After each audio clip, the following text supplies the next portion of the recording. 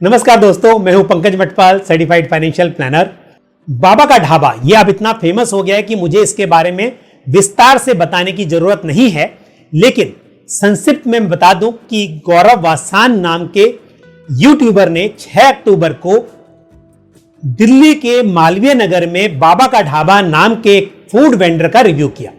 गौरव वासान जो कि street food का रिव्यू करते हैं, इन्होंने पाया कि बाबा का ढाबा के ऑनर यानी कि कांता प्रसाद और उनकी धर्मपत्नी बादामी देवी ये सुबह से शाम तक बहुत मेहनत करते हैं। कांता प्रसाद जी 80 साल के बुजुर्ग हैं, अच्छा खाना बनाते हैं, लेकिन लॉकडाउन में उनकी दुकान पर ग्राहक नहीं आ रहे हैं, जिसकी वजह से उनका काफी नुकसान हो रहा है और साथ ही उनकी कमाई नहीं हो रही है। गौरव वासान ने लोगों से अपील की कि वो बाबा के ढाबे पर आएं, वहां पर खाना खाएं और साथ ही आर्थिक रूप से उनकी मदद करें। इस वीडियो को कई सोशल मीडिया हैंडल से रीपोस्ट किया गया, काफी लोगों ने इस वीडियो को रीपोस्ट किया और इसका परिणाम यह हुआ कि अगले ही दिन 7 अक्टूबर को बाबा के ढाबा पर लोगों की भीड़ उमड़ पड़ी।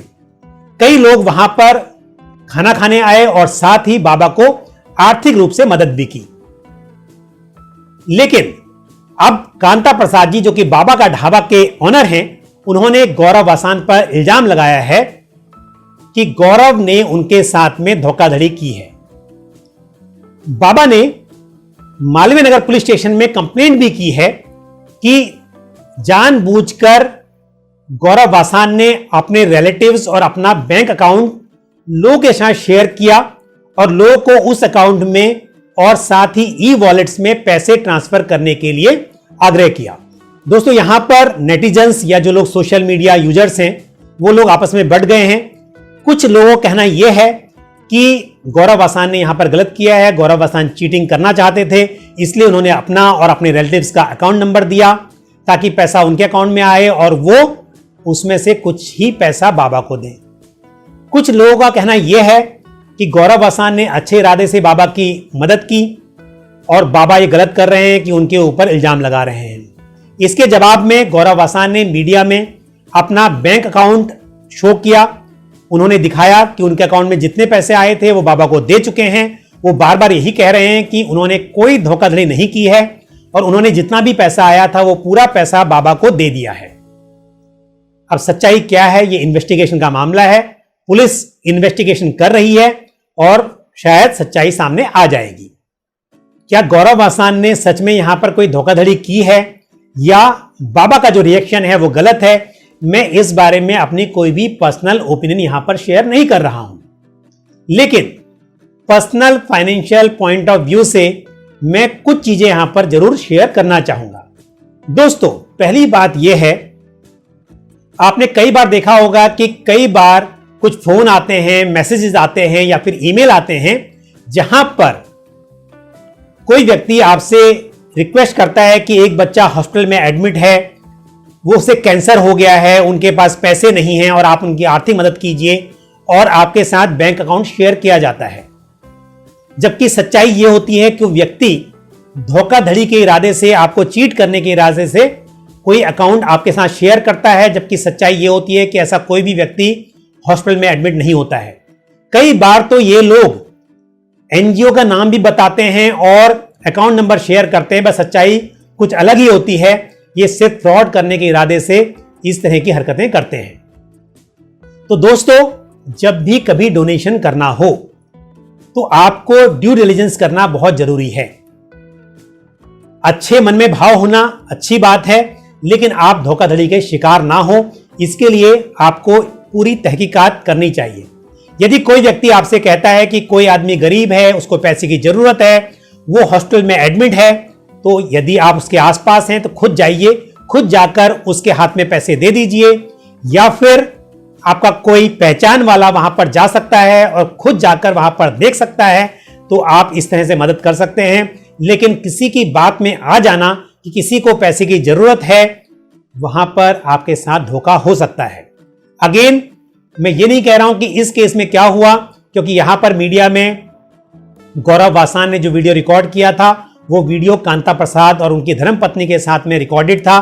तो यहां पर मैं ये नहीं कह रहा हूं कि कांता प्रसाद लोगों के सामने नहीं आए थे, लेकिन मेरा कहना है कि यहां से सीख जरूर लेनी चाहिए। यदि कोई आपको बताता है, यहां तक कि आपके साथ में फोटोग्राफ भी शेयर करता है, किसी तरह के इवन वीडियो भी शेयर किया जा सकता है, इस केस को आप छोड़ दीजिए, लेकिन ऐसा भी हो सकता है कोई फ्रॉड करने के इरादे से किसी व्यक्ति का वीडियो भी बना दे और दोनों लोग मिले हुए हों और इस तरह से आपसे पैसे ऐंठने की कोशिश करें।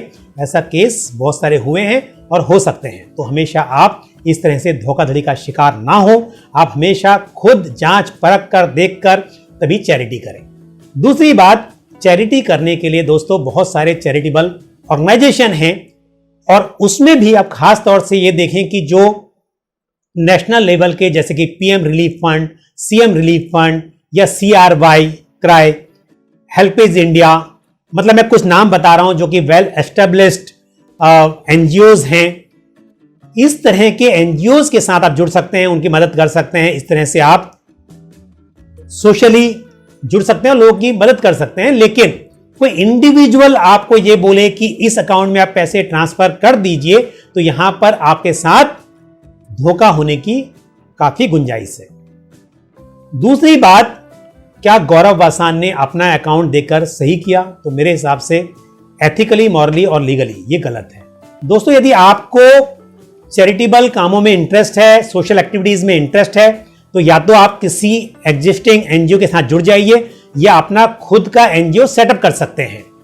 इंडिया में as per Indian trust act, Indian society registration act के हिसाब से सोसाइटी या ट्रस्ट बनाए जा सकते हैं, या फिर कंपनी एक्ट 2013 के हिसाब से नॉट फॉर प्रॉफिट कंपनी, जो कि सेक्शन 8 में एक कंपनी आरओसी में रजिस्टर की जा सकती है। इस तरह से आप कंपनी रजिस्टर कर सकते हैं और इस तरह से एक लीगल एंटिटी बनाकर आप लोगों से मदद ले सकते हैं और लोगों की मदद कर सकते हैं। लेकिन किसी की मदद करने के लिए अपना इंडिविजुअल अकाउंट देना और अपने रिलेटिव्स का अकाउंट शेयर करना, यह गलत है। दोस्तों, यहां पर मकसद कुछ भी हो, लेकिन गौरव ने बिल्कुल गलत किया है कि उन्होंने अपना अकाउंट दिया, अपने रिलेटिव का अकाउंट दिया, और साथ ही जिन लोगों ने यहां पर मदद की उनका इरादा अच्छा है, लेकिन मेरी सलाह यही है कि कभी आपके साथ धोखाधड़ी ना हो, इसलिए आप इस तरह से इंडिविजुअल अकाउंट में कभी भी पैसे ट्रांसफर ना करें। धोखाधड़ी का शिकार होने से जरूर बचें। दोस्तों, इस तरह से यदि लोग अपना पर्सनल अकाउंट देंगे और वहां पर लोगों से अपील करेंगे कि आप यहां पर पैसे डोनेट कीजिए, तो फिर जो पूरा एक लीगल सिस्टम है उसका क्या फायदा? चैरिटेबल कमिश्नर के पास जब आपका अकाउंट रजिस्टर होता है, जब आपकी एंटिटी रजिस्टर्ड होती है, तो उसका ऑडिट होता है। वहां पर आपको एनुअल ऑडिट करके अपनी बैलेंस शीट सबमिट करनी होती है और यहां पर धोखा होने के चांसेस कम हो जाते हैं। लेकिन इस तरह से यदि इंडिविजुअल्स अपना अकाउंट शेयर करेंगे और लोगों से वहां पर डोनेशन लेंगे, तो यहां पर चीटिंग होने के बहुत चांसेस बढ़ जाएंगे। दोस्तों, मुझे उम्मीद है कि आपको ये वीडियो पसंद आया होगा। इस वीडियो को लाइक करना ना भूलें और साथ ही अधिक से अधिक इसको शेयर भी करें। साथ ही कमेंट बॉक्स में आप कमेंट करके मुझे जरूर बताएं कि इस बारे में आपकी क्या सोच है। क्या आप सोचते हैं कि गौरव वासान ने जो किया वो सही है, या फिर आप बाबा के साथ हैं? और दोस्तों, यदि आपने हमारा YouTube चैनल अभी तक सब्सक्राइब नहीं किया है तो इसे सब्सक्राइब करें और साथ ही बेल आइकन को भी प्रेस करें। इसी तरह की महत्वपूर्ण जानकारी के साथ आपसे फिर मुलाकात होगी। तब तक के लिए अपना ख्याल रखिए। Thank you. जय हिंद।